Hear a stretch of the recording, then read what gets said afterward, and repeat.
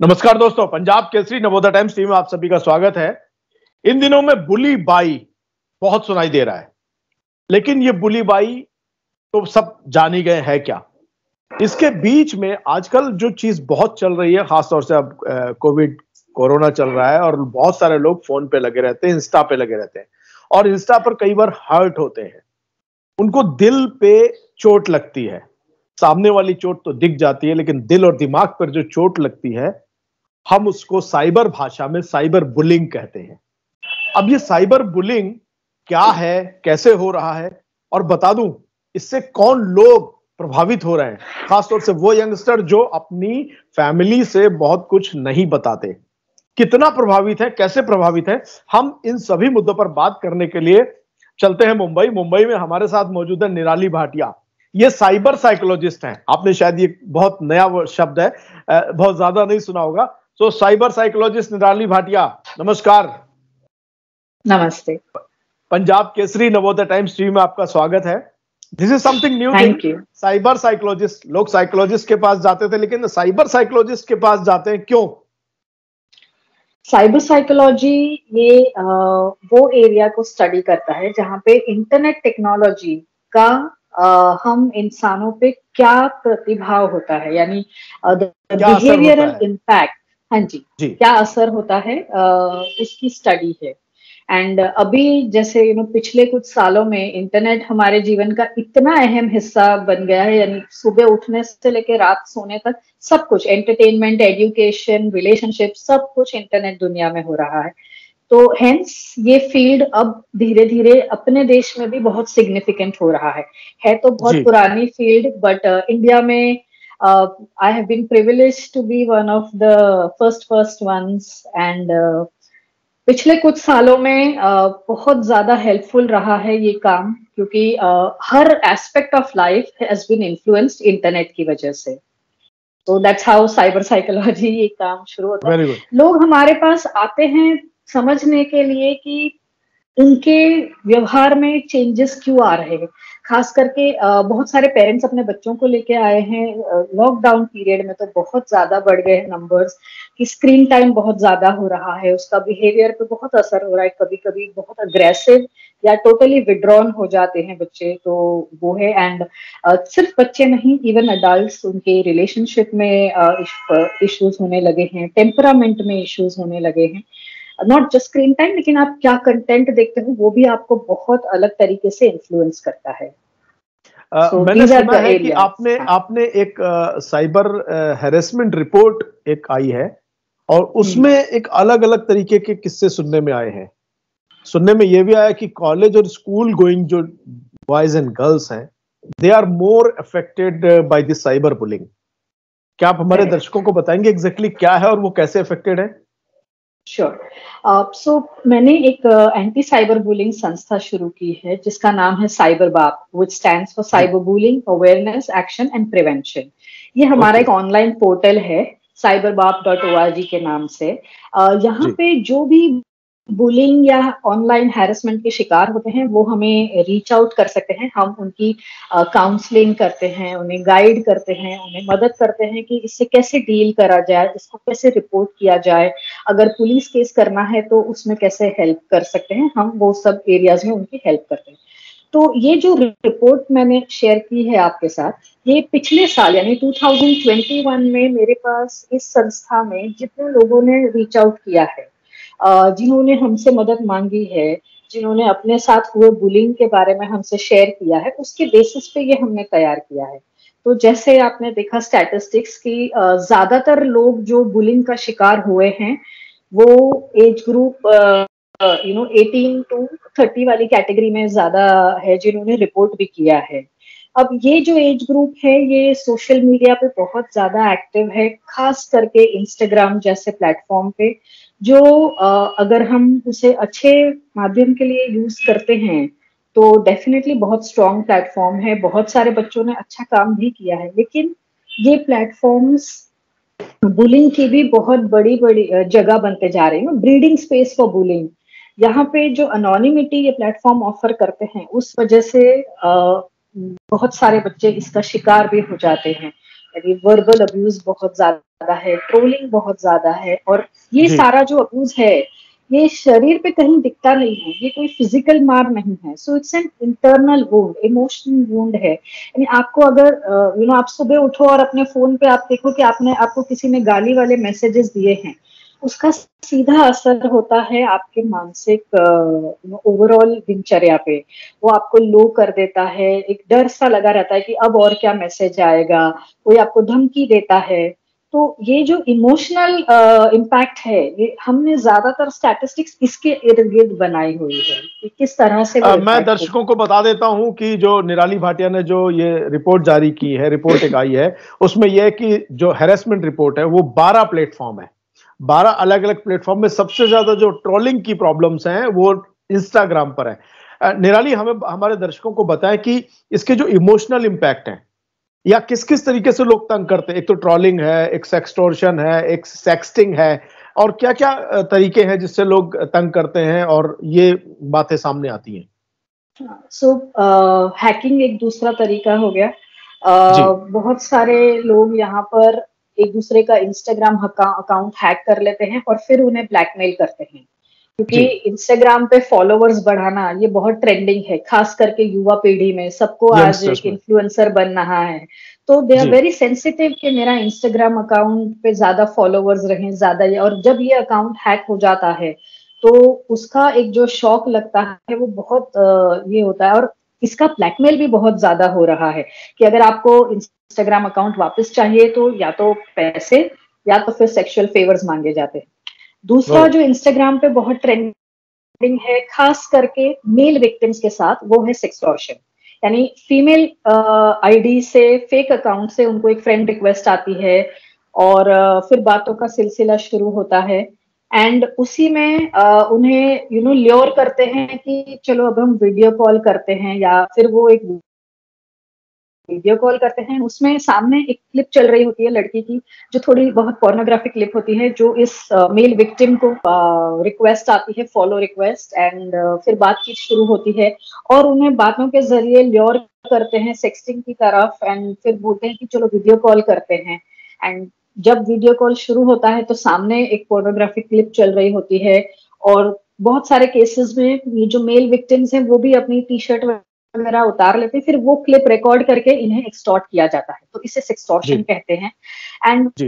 Extortion के बाद इन्हें वो ब्लैकमेल भी शुरू हो जाता है कि अभी ये क्लिप हम आपके फैमिली मेंबर्स को भेजेंगे या आपके इंस्टाग्राम पे और जितने फ्रेंड्स हैं उन सबको भेजेंगे। तो इसके बिकॉज ऑफ दिस जो ट्रॉमा बच्चे फेस करते हैं, कि बहुत एम्बैरेसिंग हो जाता है उनके लिए किसी और से बात करना भी इसके बारे में, एंड विद कांस्टेंट फियर कि मेरा वीडियो और कौन देखेगा। एंड थ्रेट्स यहाँ तक भी आए हैं कोई कोई केसेस में, जहाँ प्रोफेशनल्स हैं या एम्प्लॉयज हैं वो मेल विक्टिम्स, कि आपके बॉसेस को भेजा जाएगा ये वीडियो वगैरह। बहुत लोगों ने पैसे भी दिए हैं पर ये बंद नहीं होता। तो इन क्या सब के ये चल क्या इसमें इसके दो सवाल निकलते हैं। क्या ये केसेस जो हैं क्या सुसाइडल तक भी पहुंच जाते हैं? क्या क्या इम्पैक्ट्स, इमोशनल इम्पैक्ट होते हैं इन लोगों के? एक बात। दूसरी तो बात, क्या इसको लेकर के कानून क्या कहता है? लीगल इनको रेमेडी क्या मिलती है? पहले वाले का जवाब पहले दूंगी कि जी। Yes, most of the sextortion victims या रिवेंज पोर्नोग्राफी के विक्टिम्स या बुलिंग के विक्टिम्स, एटलीस्ट 50% जो हमें लिखते हैं उनके मेल्स में या उनके रिपोर्ट्स में कहीं ना कहीं लिखा होता है कि I am extremely depressed and feeling suicidal. And जी। तो ऐसे वाले केसेस को हम भी इमीडिएट अटेंशन देते हैं, एंड इंस्टेंटली मेरे टीम से उन्हें फोन जाता है, उनसे बातचीत होती है, उनकी काउंसलिंग होती है वगैरह। तो इम्पैक्ट इतना लेवल तक भी जाता है। अगर जाता है। हम राइट टाइम पे उनसे कांटेक्ट नहीं करें, उनको सुने नहीं, तो अनफॉर्चुनेटली कहीं वो कोई ऐसा गलत कदम ना उठा ले। जी। अब बात रही लीगल इसकी, तो हमारे पास जो आईपीसी के अंडर धाराएं हैं उसमें काफी जगह पे एक्सटॉर्शन, ब्लैकमेल, हैकिंग, डेफमेशन ये सब कवर होता है। लेकिन दिक्कत यहाँ ये है कि ये सब चीजों की एविडेंस, पहले तो विक्टिम इतना घबरा जाते हैं कि वो सब डिलीट कर देते हैं, तो जी। उनके पास एविडेंस नहीं रहता। दूसरा ये है कि इसको इन्वेस्टिगेट करने में बहुत समय लग जाता है, क्योंकि जो परपेट्रेटर्स होते हैं उन्होंने भी fake IDs and fake account से सब किया होता है। तो अगर ये जी इमीडिएटली नहीं होता है तो वो लोग भी अपने अकाउंट्स डिलीट कर देते हैं, खा लेते हैं। तो वो जी ट्रैक करने में बहुत लंबा समय हो जाता है। और जी ये जब तक एक्सटॉर्शन चल रहा होता है, विक्टिम उस मानसिक परिस्थिति में ही नहीं होता है कि वो पुलिस के पास जा सके। उसे बहुत शर्मिंदगी महसूस हो रही होती है कि क्योंकि सबसे पहला सवाल यही आएगा कि तुमने क्यों किया ऐसा। तुमने क्यों किया, शायद यही एक प्रॉब्लम है कि यस, शुरुआत जो है कहीं मन में अपने भी एक गलत धारणा या गलत विचार होता है और कुछ जगह सही होने के बावजूद भी फंस जाते हैं। करेक्ट। एंड ना ही सिर्फ आप ये सोचे कि अगर हमारे जो मेल विक्टिम्स हैं वो खुद इतना झिझकते हैं क्योंकि ये सवाल आने वाला है कि आपने क्यों किया, तो आप सोचे कि फीमेल विक्टिम्स के साथ क्या वो होता है। हमें जी इतनी उनकी काउंसलिंग करनी पड़ती है सिर्फ एक ऑनलाइन रिपोर्ट कराने के लिए भी, क्योंकि हम हमारी संस्था में ये बहुत एनकरेज करते हैं कि आप अपना जो नेशनल साइबर क्राइम पोर्टल है cybercrime.gov.in, वहां पे कम से कम एक रिपोर्ट कर दीजिए, ताकि हमें एक प्रॉपर स्टैटिस्टिक्स मिले कि क्या टाइप के क्राइम्स ट्रेंड हो रहे हैं। भले वो केस आगे परस्यू करे ना करे, बट उसमें भी उन्हें बहुत डर लगा रहता है कि कहीं हमारे माँ बाप को पता चल जाएगा, कोई और को पता, हमारी वीडियो क्लिप कहीं कोई और देख लेगा। तो जब तक हमारे पास लीगली ये सब चीजों को कंप्लीटली अनोनिमस रखने का वो नहीं है कि अगर फीमेल विक्टिम है या कोई भी मेल विक्टिम है जिनका वीडियो क्लिप वायरल हुआ है, अगर वो वीडियो क्लिप हम कंप्लीटली सिक्योर नहीं रख सके, स्प्रेड होने से रोक सके, ये आश्वासन दे सके, तो बहुत बच्चे आगे आएंगे ये बताने के लिए। हाल फिलहाल वो एक थोड़ा सा मिसिंग है। एंड जब तक वो नहीं होता है, मुझे ऐसा लगता है कि कहीं ना कहीं हमें वो एक ब्रिज बन के उनसे बातचीत शुरू रखनी चाहिए, आपका कहना वरना यह वो कि उन्हें हमारे खा जो जाता है। लीगल सिस्टम में ये एक सेफगार्ड्स होने चाहिए कि जो आना चाहे वो सेफली आ सके, उनकी जो गोपनीयता है वो बरकरार रहे। निराली, एक करेक्ट। और मैं देख रहा था कि शायद महाराष्ट्र जो है वो सबसे ज्यादा केसेस महाराष्ट्र में हैं, इसके बाद आंध्र प्रदेश, कर्नाटक, पंजाब, यूपी यूपी में में भी। बहुत केसेस हैं। हाँ, तो क्या करेक्ट। ये क्या ट्रेंड है, मतलब जहां ज्यादा काम लोग करते हैं महाराष्ट्र में लोग, या जहां सेक्स टैबू ज्यादा है, या जहां पे इंटरनेट कंसंट्रेशन ज्यादा है, क्या ये भी कुछ स्टडी में निकल के आया? अगर आप देखें तो ये स्टडी उन लोगों की है जिन्होंने रिपोर्ट किया है। तो जी मैं ये कहूंगी कि महाराष्ट्र में और यूपी में जहां से रिपोर्टिंग ज्यादा हुई है, वहां एटलीस्ट ये अवेयरनेस थोड़ी ज्यादा है कि ज्यादा है। कहीं आप रिपोर्ट कर सकते हो। हम 100% ये नहीं कह सकते हैं कि विक्टिम्स सिर्फ इधर ही ज्यादा है, विक्टिम्स तो हर जगह है, बट बहुत सारे शहरों में रिपोर्टिंग तक नहीं हो रही है।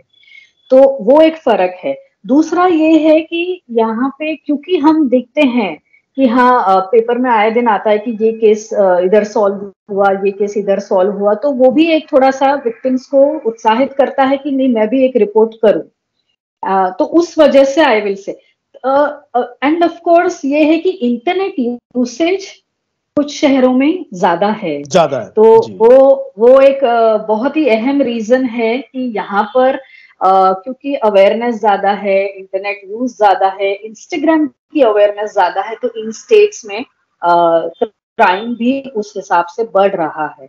लेकिन यस, रिपोर्टिंग हो रही है, वो एक मुझे थोड़ा पॉजिटिव लगता है कि कम से कम अपने आप तक नहीं रख रहे हैं एंड अकेले अकेले नहीं सह रहे हैं। मैं अपने दर्शकों को, स्पेशली फ्रेंड्स को बताना चाहूंगा, यंगस्टर्स फ्रेंड्स को बताना चाहूंगा कि कुछ भी ऐसा ना करें जो रिकॉर्ड हो रहा है। और सच तो यह कि सही तरीके से चले।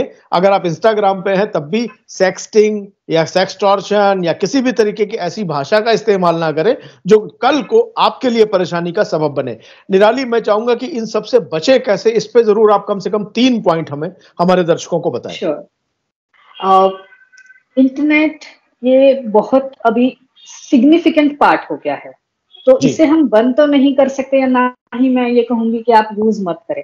बट 2-3 चीजें याद रखें कि सबसे पहले साइबर सिक्योरिटी में हमारा एक ट्रेंडिंग टर्म है, वो है जीरो ट्रस्ट। सो यस यहाँ पे जब तक आप प्रॉपरली ड्यू डिलिजेंस नहीं करते, विजिलेंट नहीं रहते, किसी को ट्रस्ट ना करें। चाहे वो प्रोफाइल का हैंडल आपके बेस्ट फ्रेंड का ही क्यों ना हो, चाहे किसी मूवी स्टार का हो, जब तक आप क्रॉस चेक नहीं कर सकते हो, please don't get into any personal sharing information या फोटोज। तो ये अगर हम याद रखें कि जीरो ट्रस्ट है। दूसरा है ये एक ऐसी स्पेस है जहां पे वर्ड्स आर लिटरली किलिंग, जैसे हम बोलते हैं कि शब्दों से वार हो रहे हैं, तो हमेशा ही पोलाइट रहें। यहाँ पे you have to practise the pause. ये मीडियम पे कंटेंट इस तरह से आता है कि वो आपको ना इम्पल्सिव बना देता है, आपको सोचने का मौका नहीं देता, आपको इमीडिएटली रिएक्ट करवाता है। तो इस वजह से practising the pause is very important. आपने कहीं कुछ ऐसा ट्वीट पढ़ा या कोई पोस्ट देखा जो आपकी सोच से अलग है, तो एक इमीडिएट रिएक्शन देने के बदले एक 5 सेकंड का पॉज लीजिए, डीप ब्रीथ करिए और फिर टाइप करिए। इससे क्या हो जाएगा कि आप इमोशनली टाइप नहीं करोगे, लेकिन लॉजिकली सोच के करोगे, क्योंकि शब्द एक बार जो बाहर गए वो वापस नहीं आ सकते। और तीसरी चीज हमेशा याद रखें कि इंटरनेट पे जो वाला मामला तो बहुत लोग फंस चुके हैं, ट्वीट पे तो बहुत बड़े बड़े लोग फंस चुके हैं। जी ट्रू, ये प्लेटफॉर्म ही ऐसा कि तभी की तभी नहीं करोगे तो वो लॉस्ट हो जाता है, इतने सारे आते रहते हैं।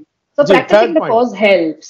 And the third point is that always remember कि इंटरनेट पे जो जाता है ये ऑलमोस्ट परमानेंट होता है, ये आज नहीं तो कल वापस आपके तरफ। तो आप क्या पोस्ट कर रहे हो, आपका डिजिटल फुटप्रिंट क्या है, इसको बहुत अच्छे से मॉनिटर करिए।